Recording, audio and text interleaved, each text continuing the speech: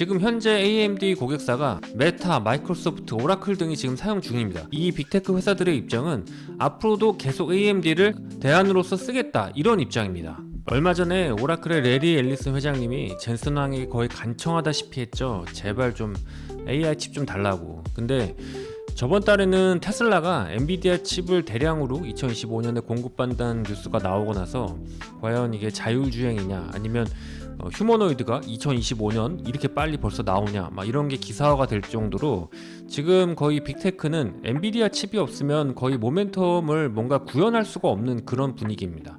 그래서 엔비디아가 끝도 없이 주가가 오르니까 그럼 제2의 엔비디아는 어디냐, 그래서 AMD가 되겠다 이렇게 생각하는 사람이 많았는데 사실 AMD는 너무 실망스러웠죠. 그래서 빅테크는 사실 엔비디아의 대항마로 AMD 칩을 주문한 게 아니라 그냥 브로드컴과 같이 주문형 칩을 따로 만들어 버린 거죠. 그래서 최근에 브로드컴이 날아갔습니다. 사실 2024년 초반만 하더라도 제2의 엔비디아는 AMD가 될 수밖에 없고 이 주문형 칩인 브로드컴이 제2의 엔비디아가 될 줄은 정말 예상을 하기 어려웠거든요.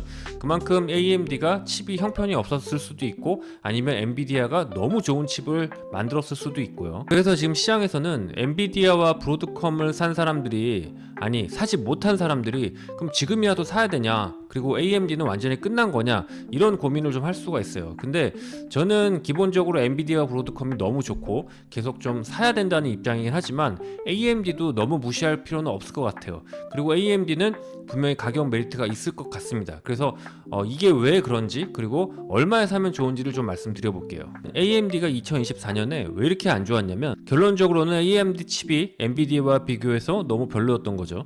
그런데 엔비디아는 지금 공급이 굉장히 딸리거든요. 근데 빅테크 입장에서는 공급이 딸려도 기다려서 엔비디아 칩을 받는 게 지금 AMD를 사는 것보다 더 낫다고 생각할 수가 있었던 거죠. 근데 그러면 AMD 칩을 빅테크는 완전히 외면할까요? 그렇지는 않습니다. 오픈 AI도 엔비디아, AMD, 브로드컴 이거 3개 다 쓴다고 했고요. 지금 현재 AMD 고객사가 메타, 마이크로소프트, 오라클 등이 지금 사용 중입니다. 이 빅테크 회사들의 입장은 앞으로도 계속 AMD를 대안으로서 쓰겠다, 이런 입장입니다. 그리고 AMD가 원래 좀 잘하는 게 완전히 상대방을 압도하면서 원탑으로 치고 올라가는 거, 이런 것보다도 그냥 파일을 어느 정도 야금야금 먹으면서 후발주자로 따라잡는 거, 이런 걸 좀 잘하거든요.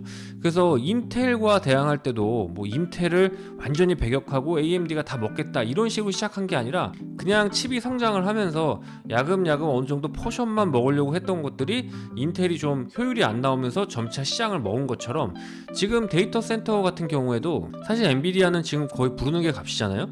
하지만 엔비디아와 브로드컴만이 유일하게 데이터 센터의 대안일 수가 없고요. 게다가 빅테크만 지금 주로 AI 데이터 센터를 하지만 다른 회사들도 충분히 할 수 있는 겁니다. 한국 같은 경우에도 지금 제대로 된 AI 데이터 센터가 없는데 AI 패권을 아예 놓쳐버리진 않을 거 아니에요?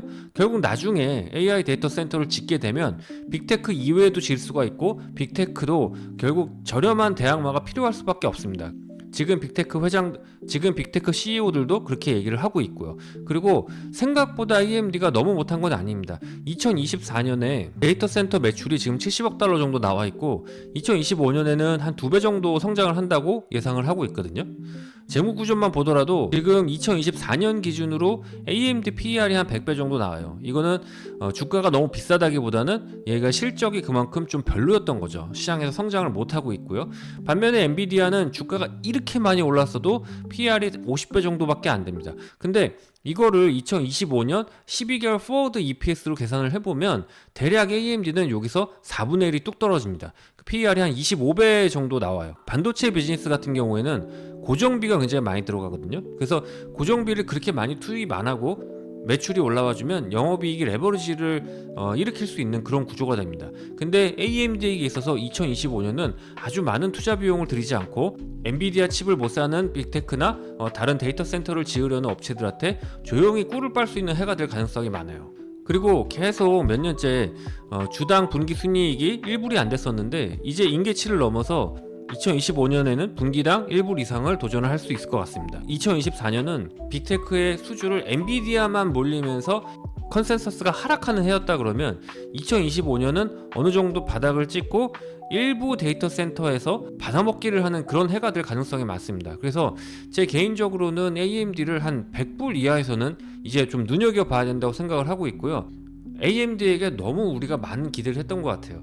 IT 쪽의 주가들은 보면 우리가 삼성전자가 막 AI 한다고 그러다가 2024년에 AI는커녕 HBM도 못해서 막 실망 매물이 쏟아진 것처럼 뭔가 기대가 있는데 그 기대를 이루지 못하면은 갑자기 주가가 좀 빠지지만 뚜벅뚜벅 본질적인 자기 업무를 좀 잘 하다 보면 다시 또 기회가 옵니다. 그리고 이 AI 데이터 센터 같은 경우에는 정말 뭐 아니면 도로 엔비디아 아니면 안 되는 그런 구조가 아니기 때문에 제가 봤을 때는 2025년 AMD에서 100불 이하는 우리가 이 전체 시장이 커지면서 어느 정도 AMD도 발을 담그면서 조용히 돈을 버는 그런 해가 될 가능성이 많다고 보여집니다.